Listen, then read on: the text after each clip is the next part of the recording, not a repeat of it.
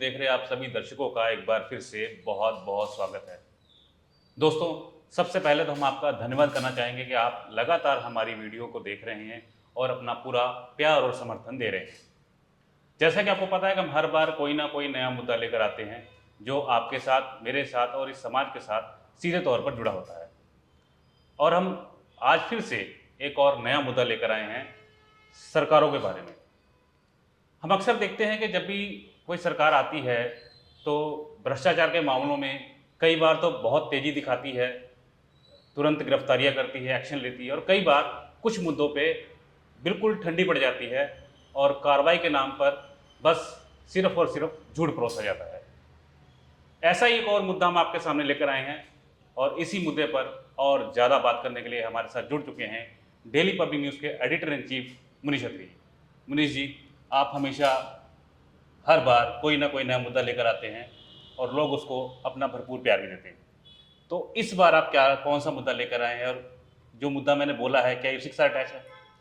देखिए, आपने बिल्कुल तुषार जी सही बात करी है कि सरकारें जब नई नई सरकार का गठन होता है तो वो बहुत तेज़ी दिखाती है हर मामले में, और ये लोगों तक वो अपनी बात पहुंचाने की कोशिश करती है कि विकास के नाम पर हम पिछली सरकार से बेटर हैं, भ्रष्टाचार के खिलाफ हम नो टॉलरेंस जो हमारी है पॉलिसी रहेगी। तो कई बार ऐसा भी होता है कि जो पॉलिटिकल वेंडेटा जिसको बोल देते हैं, उस लिहाज से भी जो विजिलेंस है वो कार्रवाई करती है। जैसे कि आपने देखा कि ये सरकार भी जब आई थी तो इन्होंने भी 3-4 पूर्व कांग्रेस मंत्रियों को और विधायकों को इन्होंने गिरफ्तारी भी उनकी की और काफ़ी देर वो जेल में भी रहे। तो लेकिन कई बार ऐसा ये सरकारें करती हैं कि किन्हीं किन्हीं मामलों में चुप्पी साध लेती हैं। ऐसा ही एक मामला लुधियाना के जो कांग्रेस के पूर्व विधायक हैं, वो पिछले साल 1.5 साल में उनको विजिलेंस ने उनको बुलाया। मेरा ख्याल है कम से कम 12-14 बार उनकी पेशी हो चुकी है। हर बार उनसे आगे की डिटेल मांगी गई। उनके सराबा नगर स्थित उनके घर में रेड भी करी। तो आपको याद होगा कि वहाँ से उन्होंने बहुत बड़ी तादाद में जो इम्पोर्टेड विस्की है वो उसकी बोतलें मिली।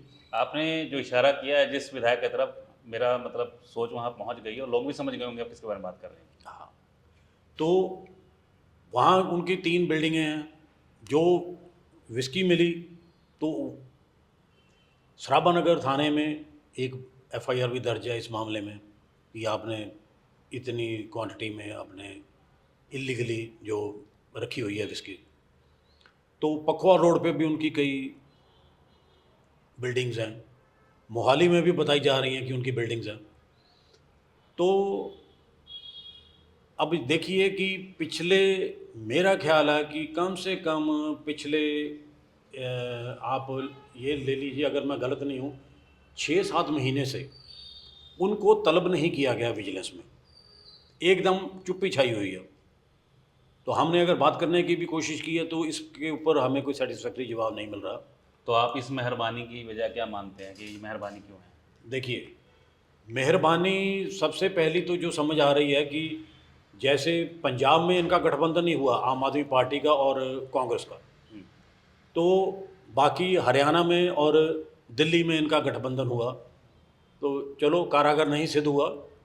लेकिन जैसे ही वो इनका ये गठबंधन वाली बात सामने आई तो कार्रवाई तुरंत रुक गई।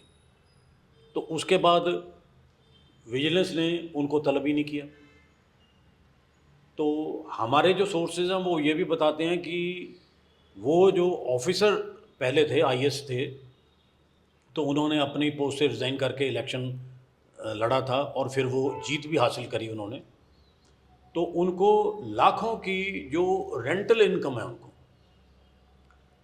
तो हाँ, समझ से ये बाहर है कि एक ऑफिसर इतनी जायदाद कैसे बना लेता है, क्या काम वो करते हैं, क्या ऐसा क्या व्यापार करते हैं जो आप और हम नहीं कर पाते, कि आपको 10-12 लाख रुपए महीने की जो शो करते हैं कि रेंटल इनकम है हमें। तो विजिलेंस वालों से भी हमने बात करने की कोशिश की, लेकिन कोई सेटिस्फैक्टरी जवाब नहीं मिला। और लाख टके की बात ये है कि कहते हैं ना कि किसी को बांटो और किसी को डांटो।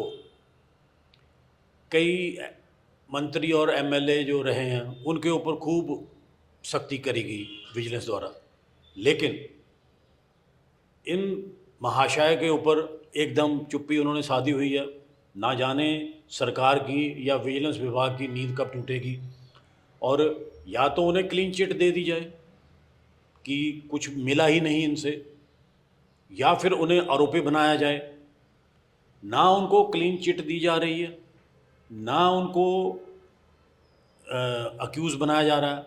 और अब ये देखिए कि अगर यही मामला किसी छोटे मोटे ऑफिसर का होता तो अब तक वो बेचारा सलाखों के पीछे होता। नहीं, आप कहीं ना कहीं ये कहना चाहते हैं कि गठबंधन का इसमें बहुत बड़ा हाथ है। बिल्कुल, गठबंधन, जब से गठबंधन की बातें चली हैं, चाहे ये यहाँ लड़ते झगड़ते हैं आपस में दोनों पार्टियाँ, खूब एक दूसरे से वो इलेक्शंस में एक दूसरे के ऊपर आरोप लगाए गए, लेकिन इस मामले में तो बिल्कुल ही एकदम जैसे कहते हैं ना शांति हो गई।